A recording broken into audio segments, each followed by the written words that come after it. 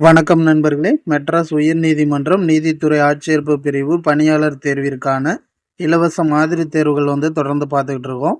இதில் இலவச மாதிரி தேர்வு 12ற்கான விடைகள் பார்க்கலாம். முதலாவது கேள்வி பார்த்தீங்கன்னா, பெருமாள் திருமொழி எனும் நூலினை இயற்றியவர். இதற்கான ஆன்சர் பார்த்தீங்கன்னா ஆப்ஷன் சி, குலசேகர ஆழ்வார். இந்த குலசேகர ஆழ்வார் எழுதியது தான் இந்த பெருமாள் திருமொழி. இந்த பெருமாள் திருமொழி பார்த்தீங்கன்னா 4000 திவ்ய பிரபந்தங்களில் ஒரு நூலாக இருக்குது. இது 5ஆம் திருமொழியாக இருக்குது. இது மொத்தமாக பார்த்தீங்கன்னா 105 பாடல்கள் இந்த பெருமாள் திருமொழியில் இருக்குது. அடுத்து இரண்டாவது கேள்வி, சங்க நூல்களுள் பண்ணோடு பாடப்பட்ட நூல். இதற்கான ஆன்சர் பார்த்தீங்கன்னா ஆப்ஷன் சி, பரிபாடல். இதை ஓங்கு பரிபாடல் அப்படின்ட்டு சொல்கிறாங்க. ஓங்கு பரிபாடல்னு சொல்கிறாங்க. இது பார்த்தீங்கன்னா 8 தொகை நூல்களில் ஒன்று தான் இந்த பரிபாடல். மேலும் பார்த்தீங்கன்னா இதை உரையாசிரியர்கள் 70 நூல்கள் உள்ளதாக சொல்கிறாங்க. ஆனால் கிடைத்தது பார்த்தீங்கன்னா 24 நூல்கள் தான் இதுவரை கிடைத்திருக்கு. அடுத்ததாக மூன்றாவது கேள்வி பார்த்தீங்கன்னா, பெரியார் அறிவியல் தொழில்நுட்பக் கழகம் நிறுவப்பட்ட ஆண்டு. இதற்கான ஆன்சர் பார்த்தீங்கன்னா ஆப்ஷன் பி, 1988. அதாவது பெரியார் அறிவியல் தொழில்நுட்ப கழகம் எங்கே இருக்குன்னு பார்த்தீங்கன்னா சென்னையில் இருக்குது. இந்த பெரியார் அறிவியல் தொழில்நுட்ப கழகத்தில் இந்தியாவிலே முதலாக பார்த்தீங்கன்னா 360 டிகிரி அரைவட்ட வானத்திரை இதில் நிறுவியிருக்கிறாங்க. எப்போது நிறுவனாங்கன்னா 2009 நிறுவியிருப்பாங்க. அடுத்ததாக நான்காவது கேள்வி, கருத்து பகிர்வை தருவதால் மொழிபெயர்ப்பை டேஸ் என்று குறிப்பிடுகின்றனர். இதற்கான ஆன்சர் பார்த்தீங்கன்னா ஆப்ஷன் சி, பயன்கலைன்னு சொல்கிறாங்க. ஒரு கருத்து பகிர்வை தர்றதுனால இதை பயன்கலை அப்படின்ட்டு சொல்கிறாங்க. அடுத்த ஐந்தாவது கேள்வி பார்த்தீங்கன்னா, தேமதுர தமிழோசை உலகமெல்லாம் பரவும் வகை செய்தல் வேண்டும் என்று கூறியவர். இதற்கான ஆன்சர் பார்த்தீங்கன்னா ஆப்ஷன் ஏ, பாரதியார் அவர்கள் கூறியிருப்பார். இதில் மொழிபெயர்ப்பு சொல்லியிருப்பார். தமிழில் உள்ள நூல்கள் பிற மொழிகளுக்கு மொழிபெயர்க்க வேண்டும். அதுபோல் பிற மொழி நூல்களை தமிழில் மொழிபெயர்க்க வேணும் அப்படின்ட்டு சொல்லியிருப்பாங்க. அடுத்ததாக ஆறாவது கேள்வி, சதம் என்றால் டேஸ் என்று பொருள். இதற்கான ஆன்சர் பார்த்தீங்கன்னா ஆப்ஷன் பி, 100. சதம் என்றால் 100. அடுத்து ஏழாவது கேள்வி பார்த்தீங்கன்னா, சதாவதானம் எனும் கலையில் சிறந்து விளங்கியவர் யாருன்னா ஆப்ஷன் ஏ, செய்குதம்பி பாவலர். செய்குதம்பி பாவலர் பார்த்தீங்கன்னா கன்னியாகுமரி மாவட்டத்தில் இடலாக்குடி கிராமத்தை சேர்ந்திருப்பார். அங்கே தான் இவர் பிறந்த ஊர். இந்த செய்குதம்பி பாவலர் பார்த்தீங்கன்னா ஒரே நேரத்தில் 100 செயல்களை செஞ்சு சதாவதானி என்ற பாராட்டை பெற்றிருப்பார் சான்றோர்கள் முன்னிலையில். இது எங்கன்னா சென்னை விக்டோரியா அரங்கில் நடந்திருக்கும். அடுத்து எட்டாவது கேள்வி பார்த்தீங்கன்னா, நாடக கலையை மீட்டெடுப்பதே தமது குறிக்கோள் என்றவர். இதற்கான ஆன்சர் பார்த்தீங்கன்னா ஆப்ஷன் பி, நா. முத்துச்சாமி. இவர் கூத்துப்பட்டறை நா. முத்துச்சாமின்னு சொல்கிறாங்க. மேலும் பார்த்தீங்கன்னா இவர் கலை ஞாயிறுன்னு அழைக்கப்படுறாரு.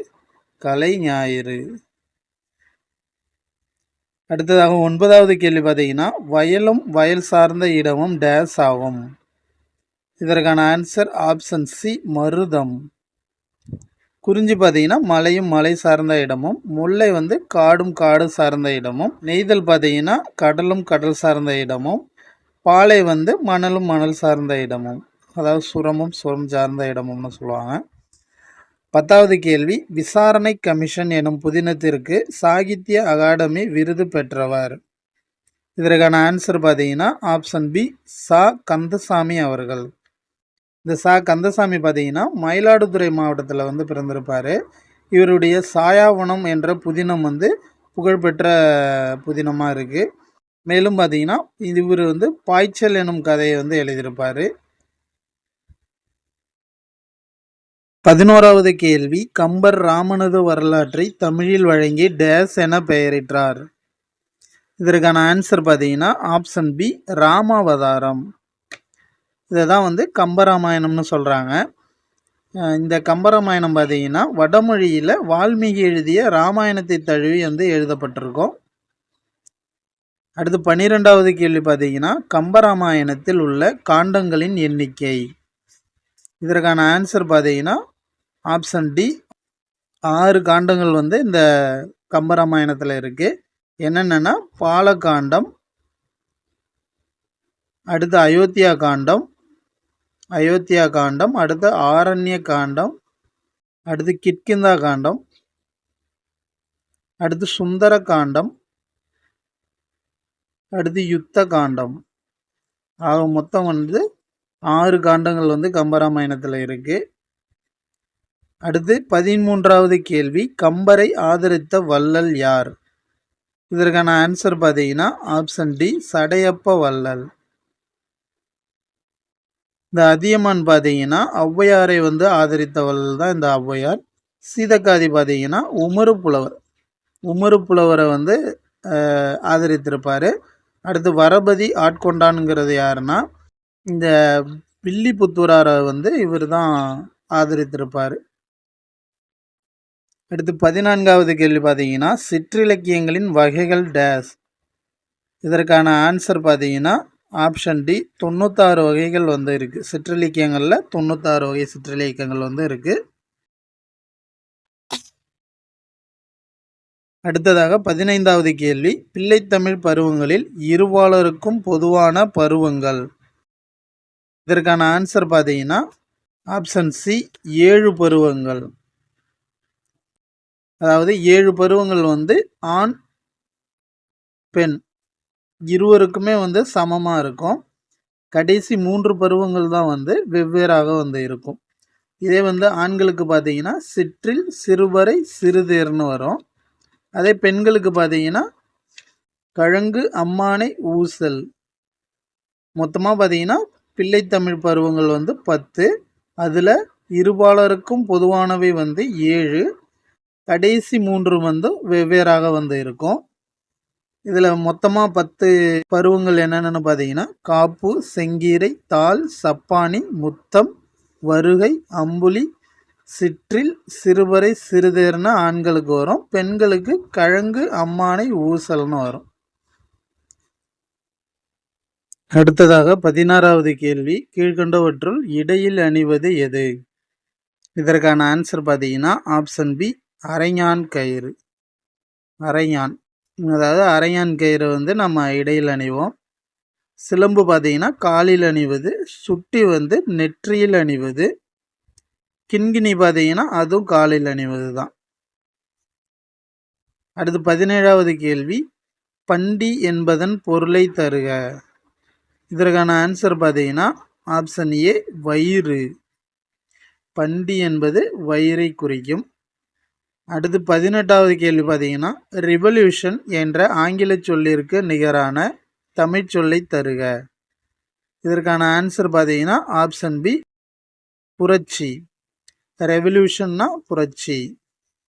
அடுத்ததாக 19வது கேள்வி இன்ஃப்ராரெட் ரேஸ் என்ற ஆங்கில சொல்லின் தமிழ் சொல்லை தருக. இதற்கான ஆன்சர் பார்த்தீங்கன்னா ஆப்ஷன் ஏ அகச்சிவப்பு கதிர்கள். அடுத்ததாக 20வது கேள்வி ஊழ் ஊழ் இலக்கண குறிப்பு தருக. இதற்கான ஆன்சர் பார்த்தீங்கன்னா ஆப்ஷன் சி அடுக்கு தொடர். இதில் 2 இது இருக்குது ஊழ் ஊழ்னு, அதனால் இது அடுக்கு தொடர். அடுத்து 21வது கேள்வி பார்த்தீங்கன்னா பாரத ஸ்டேட் வங்கியின் உரையாடு மென்பொருள் எது? இதற்கான ஆன்சர் பார்த்தீங்கன்னா ஆப்ஷன் டி இலா, அதாவது ELA electronic live assistant. ELA அதுதான் இலான்னு சொல்கிறாங்க, எலக்ட்ரானிக் லைவ் அசிஸ்டண்ட். அடுத்ததாக 22வது கேள்வி வித்துவக்கோடு எனும் ஊர் டேஸ் மாநிலத்தில் உள்ளது. இதற்கான ஆன்சர் பார்த்தீங்கன்னா ஆப்ஷன் பி கேரளா. அடுத்ததாக 23வது கேள்வி அருந்துணை என்பதை பிரித்தால் டேஸ். இதற்கான ஆன்சர் பார்த்தீங்கன்னா ஆப்ஷன் ஏ அருமை ப்ளஸ் துணை. அடுத்ததாக 24வது கேள்வி, ஓடு என்ற வேர்ச்சொல்லின் வினையெச்சத் தொடரை காண்க. இதற்கான ஆன்சர் பார்த்தீங்கன்னா ஆப்ஷன் சி, ஓடி வந்தால். இதுதான் வினையெச்சத் தொடர். 25வது கேள்வி பார்த்தீங்கன்னா, ஜப்பானில் சாப்ட் வங்கி உருவாக்கிய இயந்திர மனிதன் டேஷ்னு கேட்டிருக்காங்க. இதற்கான ஆன்சர் பார்த்தீங்கன்னா ஆப்ஷன் ஏ, பெப்பர். அதனுடைய பெயர் வந்து பெப்பர். அடுத்து 26வது கேள்வி, திருவிளையாடற் புராணம் டேஷ் காண்டங்கள் மற்றும் டேஷ் படலங்களை கொண்டது. இதற்கான ஆன்சர் பார்த்தீங்கன்னா 3 காண்டங்கள் 64 படலங்கள். ஆப்ஷன் சி, 3 காண்டங்கள் 64 படலங்களை கொண்டது. 27வது கேள்வி, வினா டேஷ் வகைப்படும். இதற்கான ஆன்சர் பார்த்தீங்கன்னா ஆப்ஷன் பி, 6 வகைப்படும். வினா வந்து 6 வகைப்படும். என்னென்னு பார்த்தீங்கன்னா, 1 அறிவினா, 2வது பார்த்தீங்கன்னா அறியா வினா, 3வது ஐய வினா, அடுத்து 4வது பார்த்தீங்கன்னா கொழல் வினா, அடுத்து கொடை வினா, அடுத்து லாஸ்ட்டாக பார்த்தீங்கன்னா ஏவல் வினா. ஆக மொத்தம் வந்து 6 வினாக்கள் வந்து இருக்குது. அடுத்து 28வது கேள்வி பார்த்தீங்கன்னா, உடன்பட்டு கூறும் விடை டேஷ் ஆகும். இதற்கான ஆன்சர் பார்த்தீங்கன்னா ஆப்ஷன் டி, நேர் விடை. அதாவது என்னென்னா, கடைக்கு போவாயா என்ற கேள்விக்கு வந்து போவேன் அப்படின்ட்டு சொல்கிறது நேர் விடை. அடுத்து 29வது கேள்வி பார்த்தீங்கன்னா, மாபாரதம் தமிழ் படுத்தும் மதுராபுரி சங்கம் வைத்தும் எனும் சின்னமனூர் செப்பேட்டு குறிப்புகள் உணர்த்தும் செய்தி. இதற்கான ஆன்சர் பார்த்தீங்கன்னா ஆப்ஷன் ஏ, சங்க காலத்தில் மொழிபெயர்ப்பு இருந்தது. சங்க காலத்தில் வந்து மொழிபெயர்ப்பு இருந்ததை சின்னமனூர் செப்பேடு வந்து மாபாரதம் தமிழ் படுத்தும் மதுராபுரி சங்கம் வைத்தும்னு சொல்லுது. அடுத்ததாக 30வது கேள்வி, சிலப்பதிகாரத்தில் மாதவி ஆடிய 11 வகை ஆடல்களில் டேஷ் என்ற ஆடலும் குறிப்பிடப்படுகிறது.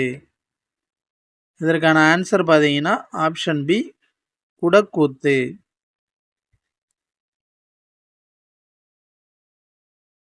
அடுத்து 31வது கேள்வி, கா என்பதற்கு டேஷ் என்று பொருள்.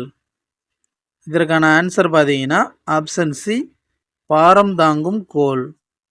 பாரம் தாங்கும் கோல் தான் வந்து கான்னு சொல்கிறாங்க. அடுத்து 32வது கேள்வி, திருப்புகழை பாடியவர் யார்? இதற்கான ஆன்சர் பார்த்தீங்கன்னா ஆப்ஷன் ஏ, அருணகிரிநாதர். திருப்புகழை பாடியவர் யாருன்னா அருணகிரிநாதர். திருமந்திரத்தை பாடியவர் வந்து திருமூலர். அடுத்ததாக 33வது கேள்வி, கோசல நாட்டில் கொடை இல்லாத காரணம் என்ன? இதற்கான ஆன்சர் பார்த்தீங்கன்னா ஆப்ஷன் டி, அங்கு வறுமை இல்லாததால். அதாவது கோசல நாட்டில் வந்து கொடை இல்லாத காரணம் என்னன்னா அங்கு வறுமை இல்லை. 34வது கேள்வி, இல்லை எனும்படியான நுண்ணிய இடையால் யார்? இதற்கான ஆன்சர் பார்த்தீங்கன்னா ஆப்ஷன் பி, சீதை. சீதை என்ன சொல்கிறாங்கன்னா இல்லை எனும்படியான நுண்ணிய இடையை வந்து உடையவர் அப்படின்ட்டு சொல்கிறாங்க. அடுத்ததாக 35வது கேள்வி, ஒயிலாட்டத்தில் இருவரிசையில் நின்று ஆடுகின்றனர். இத்தொடரின் செயற்பாட்டு வினைத்தொடர் எது? இதற்கான ஆன்சர் பார்த்தீங்கன்னா ஆப்ஷன் சி, ஒயிலாட்டம் இருவரிசையில் நின்று ஆடப்படுகிறது. Option C. 36வது கேள்வி, கோல்டு பிஸ்கட் தமிழ்ச்சொல் தருக. இதற்கான ஆன்சர் பார்த்தீங்கன்னா ஆப்ஷன் பி, தங்கக்கட்டி. அடுத்து 37வது கேள்வி, வாடா ராசா வாடா கண்ணா என்று தன் மகனை பார்த்து தாய் அழைப்பது டேஷ் வழுவமைதி. இதற்கான ஆன்சர் பார்த்தீங்கன்னா ஆப்ஷன் சி, பால் வழுவமைதி.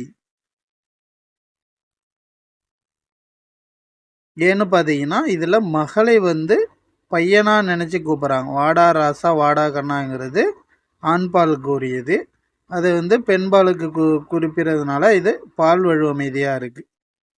38வது கேள்வி, திணையின் உட்பிரிவு டேஷ் ஆகும். இதற்கான ஆன்சர் பார்த்தீங்கன்னா ஆப்ஷன் ஏ, பால்.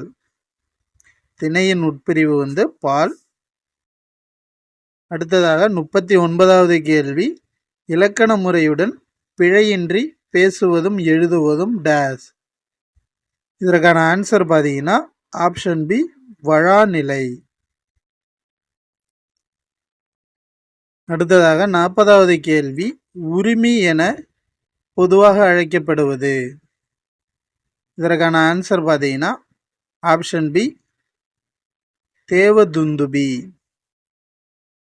இது வந்து தேவராட்டத்திற்கு உரிய கருவி. அடுத்து 41வது கேள்வி, மலர்கள் தரையில் நழுவும் எப்பொழுது. எதற்கான ஆன்சர் பார்த்தீங்கன்னா ஆப்ஷன் பி தளர பிணைத்தால். தளர பிணைத்தால் வந்து மலர்கள் வந்து தரையில் நழுவும். அடுத்து 42வது கேள்வி, கரகாட்டத்தை கும்பாட்டம். அடுத்ததாக 42வது கேள்வி, கரகாட்டத்தை கும்பாட்டம் என்றும் குடக்கூத்து என்றும் கூறுவார். இத்தொடர்கான வினா எது. இதற்கான ஆன்சர் பார்த்தீங்கன்னா ஆப்ஷன் டி கரகாட்டத்தின் வேறு பெயர்கள் யாவை. அடுத்து 43வது கேள்வி, குண்டலமும் குழைக்காதும் இலக்கண குறிப்பு தருக. இதற்கான ஆன்சர் பார்த்தீங்கன்னா ஆப்ஷன் சி எண்ணுமை. ஏனென்றால் இந்த உம்ங்கிற எழுத்து வந்து வெளிப்பட்டு வந்திருக்கு. அதே மறைந்து வந்தால் அது உம்மை தொகை. 44வது கேள்வி, போலச் செய்தல் பண்புகளை பின்பற்றி நிகழ்த்தி காட்டும் கலைகளில் ஒன்று.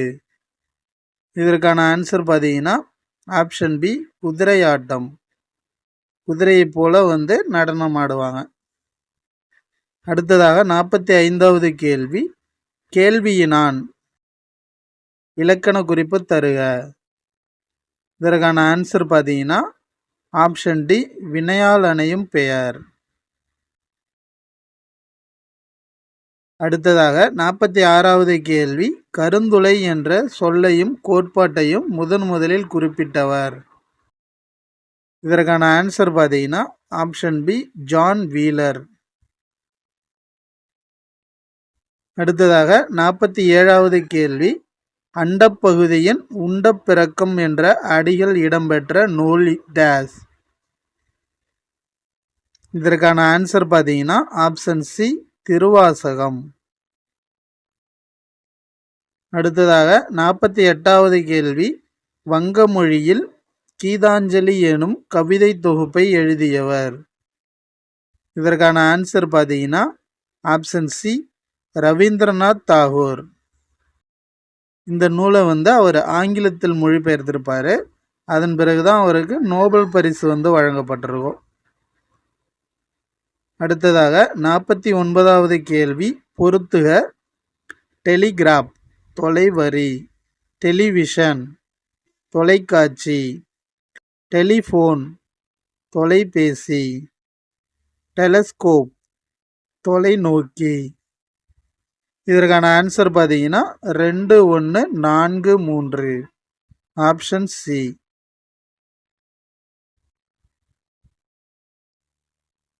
அடுத்ததாக 50வது கேள்வி, பொருள்கோள் டேஸ் வகைப்படும். இதற்கான ஆன்சர் பார்த்தீங்கன்னா ஆப்ஷன் சி 8 வகைப்படும். ஓகே நண்பர்களே, இதோட பொது தமிழ் வினாக்கள் வந்து 50 முடிவு பெறுகிறது. அடுத்த வீடியோவில் நம்ம பொது அறிவு சம்பந்தமான 50 வினாக்களுக்கான விடைகள் வந்து பார்க்கலாம். Okay friends, thanks.